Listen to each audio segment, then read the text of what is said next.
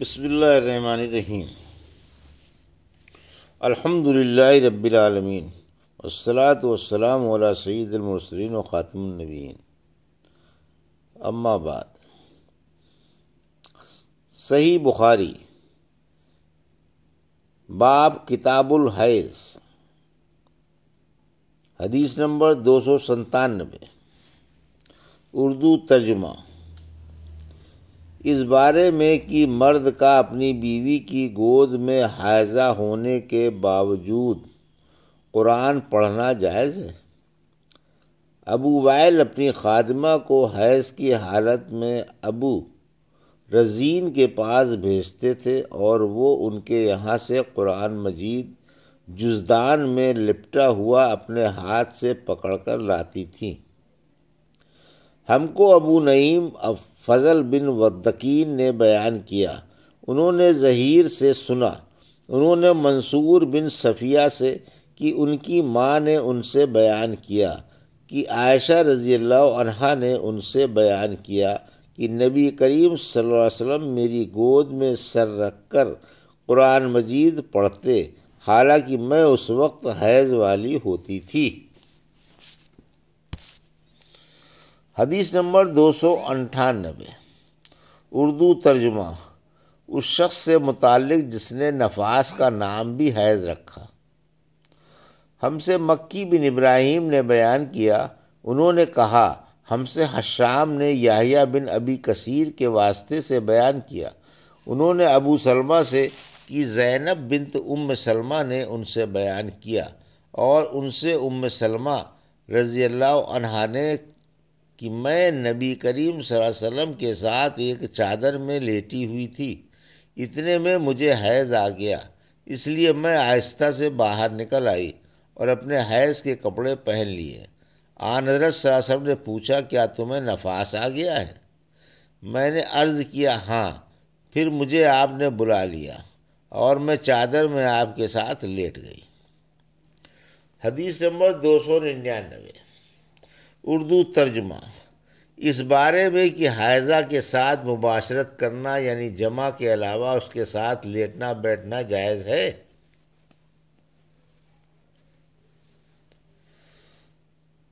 ہم سے قبیصہ بن عقبہ نے بیان کیا، انہوں نے کہا ہم سے سفیان سوری نے منصور بن معمر کے واسطے سے، وہ ابراہیم نخعی سے، وہ اسود سے، وہ حضرت عائشہ رضی اللہ عنہا سے نقل کرتے ہیں کہ انہوں نے فرمایا کہ میں اور نبی کریم صلی اللہ علیہ وسلم ایک ہی برتن میں غسل کرتے تھے، حالانکہ دونوں جنبی ہوتے۔ حدیث نمبر 300۔ اردو ترجمہ۔ اور آپ مجھے حکم فرماتے، پس میں ازار باندھ لیتی، پھر آپ میرے ساتھ مباشرت کرتے، اس وقت میں حائضہ ہوتی۔ حدیث نمبر 301۔ اور آپ اپنا سر مبارک میری طرف کر دیتے، اس وقت آپ اعتکاف میں بیٹھے ہوئے ہوتے اور میں حیض کی حالت میں ہونے کے باوجود آپ کا سر مبارک دھو دیتی۔ حدیث نمبر 302۔ ہم سے اسماعیل بن خلیل نے بیان کیا، کہا ہم سے علی بن مسہر نے، ہم سے ابو اسحاق سلیمان بن فیروز شیبانی نے عبد الرحمن بن اسود کے واسطے سے، وہ اپنے والد اسود بن یزید سے، وہ حضرت عائشہ رضی اللہ عنہا سے کہ آپ نے فرمایا ہم ازواج میں سے کوئی جب حائضہ ہوتی، اس حالت میں رسول اللہ صلی اللہ علیہ وسلم اگر مباشرت کا ارادہ کرتے تو آپ ازار باندھنے کا حکم دے دیتے، باوجود حیض کی زیادتی کے، پھر بدن سے بدن ملاتے۔ آپ نے کہا تم میں ایسا کون ہے جو نبی کریم صلی اللہ علیہ وسلم کی طرح اپنی شہوت پر قابو رکھتا ہو؟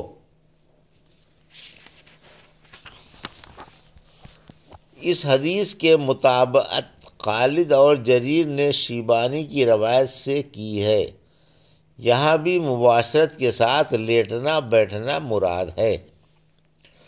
حدیث نمبر 303۔ ہم سے ابو نعمان نے محمد بن فضل نے بیان کیا، انہوں نے کہا ہم سے عبد الواحد بن زیاد نے بیان کیا، انہوں نے کہا ہم سے ابو اسحاق شیبانی نے بیان کیا، انہوں نے کہا ہم سے عبداللہ بن شداد نے بیان کیا، انہوں نے کہا میں نے میمونہ سے سنا، انہوں نے کہا کہ جب نبی کریم صلی اللہ علیہ وسلم اپنی بیویوں میں سے کسی سے مباشرت کرنا چاہتے اور وہ حائضہ ہوتیں تو آپ کے حکم سے وہ پہلے ازار باندھ لیتیں، اور سفیان نے شیبانی سے اس کو روایت کیا ہے۔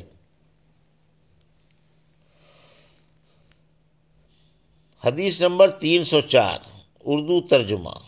باب اس بارے میں کہ حائضہ عورت روزے چھوڑ دے بعد میں قضا کرے۔ ہم سے سعید بن ابی مریم نے بیان کیا، انہوں نے کہا ہم سے محمد بن جعفر نے بیان کیا، انہوں نے کہا مجھے زید نے، اور یہ زید اسلم کے بیٹے ہیں، انہوں نے ایاز بن عبداللہ سے، انہوں نے حضرت ابو سعید خدری رضی اللہ عنہ سے کہ آپ نے فرمایا کہ رسول کریم صلی اللہ علیہ وسلم عید الاضحیٰ یا عید الفطر میں عیدگاہ تشریف لے گئے، وہاں آپ عورتوں کے پاس سے گزرے اور فرمایا اے عورتوں کی جماعت، صدقہ کرو کیونکہ میں نے جہنم میں زیادہ تم ہی کو دیکھا ہے۔ انہوں نے کہا یا رسول اللہ ایسا کیوں ہے؟ آپ صلی اللہ علیہ وسلم نے فرمایا کہ تم لعن طعن بہت کرتی ہو اور شوہر کی ناشکری کرتی ہو، باوجود عقل اور دین میں ناقص ہونے کے میں نے تم سے زیادہ کسی کو بھی ایک عقل مند اور تجربہ کار آدمی کو دیوانہ بنا دینے والا نہیں دیکھا۔ عورتوں نے عرض کی ہمارے دین اور ہماری عقل میں نقصان کیا ہے یا رسول اللہ؟ آپ صلی اللہ علیہ وسلم نے فرمایا کیا عورت کی گواہی مرد کی گواہی سے نصف نہیں ہے؟ انہوں نے کہا جی ہے۔ آپ صلی اللہ علیہ وسلم نے فرمایا یہ بس یہی اس کی عقل کا نقصان ہے۔ پھر آپ نے پوچھا کیا ایسا نہیں ہے کہ جب عورت حائضہ ہو تو نماز پڑھ سکتی ہے نہ روزہ رکھ سکتی؟ عورتوں نے کہا ایسا ہی ہے۔ آپ نے فرمایا یہی اس کے دین کا نقصان ہے۔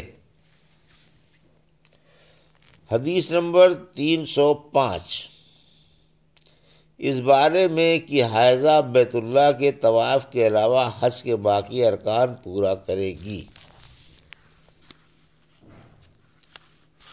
ابراہیم نے کہا کہ آیت پڑھنے میں کوئی حرج نہیں، اور حضرت عبداللہ بن عباس رضی اللہ عنہ جنبی کے لیے قرآن مجید پڑھنے میں کوئی حرج نہیں سمجھتے تھے، اور نبی کریم صلی اللہ علیہ وسلم ہر وقت اللہ کا ذکر کیا کرتے تھے۔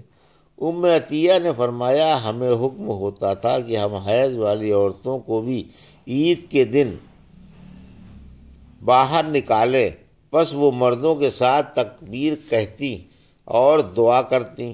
ابن عباس نے فرمایا کہ ان سے ابو سفیان نے بیان کیا کہ ہرقل نے نبی کریم صلی اللہ علیہ وسلم کے گرامی نامے کو طلب کیا اور اسے پڑھا، اس میں لکھا ہوا تھا شروع کرتا ہوں میں اللہ کے نام سے جو بڑا مہربان نہایت رحم والا ہے، اور اے کتاب والو ایک ایسے کلمے کی طرف آؤ جو ہمارے اور تمہارے درمیان مشترک ہے کہ ہم خدا کے سوا کسی کی بندگی نہ کریں اور اس کا کسی کو شریک نہ ٹھہرائیں۔ خداوند تعالیٰ کے قول مسلمون تک عطا نے جابر کے حوالے سے بیان کیا کہ حضرت عائشہ رضی اللہ عنہ کو حج میں حیض آ گیا تو آپ نے تمام مناسک پورے کیے سوائے بیت اللہ کے طواف کے، اور آپ نماز بھی نہیں پڑھتی تھیں، اور حکم نے کہا میں جنبی ہونے کے باوجود ذبح کرتا ہوں، جبکہ اللہ تعالیٰ نے فرمایا ہے کہ جس ذبیحہ پر اللہ کا نام نہ لیا گیا ہو اسے نہ کھاؤ۔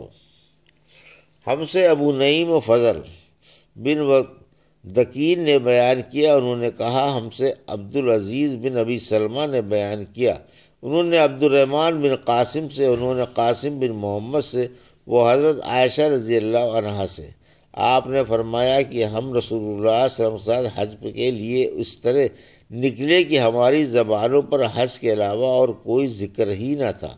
جب ہم مقام سر پہنچے تو مجھے حیض آ گیا، اس غم سے میں رو رہی تھی کہ نبی کریم صلی اللہ علیہ وسلم تشریف لائے۔ آپ نے پوچھا کہ کیوں رو رہی ہو؟ میں نے کہا کاش میں اس سال حج کا ارادہ ہی نہ کرتی۔ آپ نے فرمایا شاید تمہیں حیض آ گیا ہے، میں نے کہا جی ہاں۔ آپ نے فرمایا یہ چیز تو اللہ تعالیٰ نے آدم کی بیٹیوں کے لیے مقرر کر دی ہے، اس لیے تم جب تک پاک نہ ہو جاؤ طواف بیت اللہ کے علاوہ حاجیوں کی طرح تمام کام انجام دو۔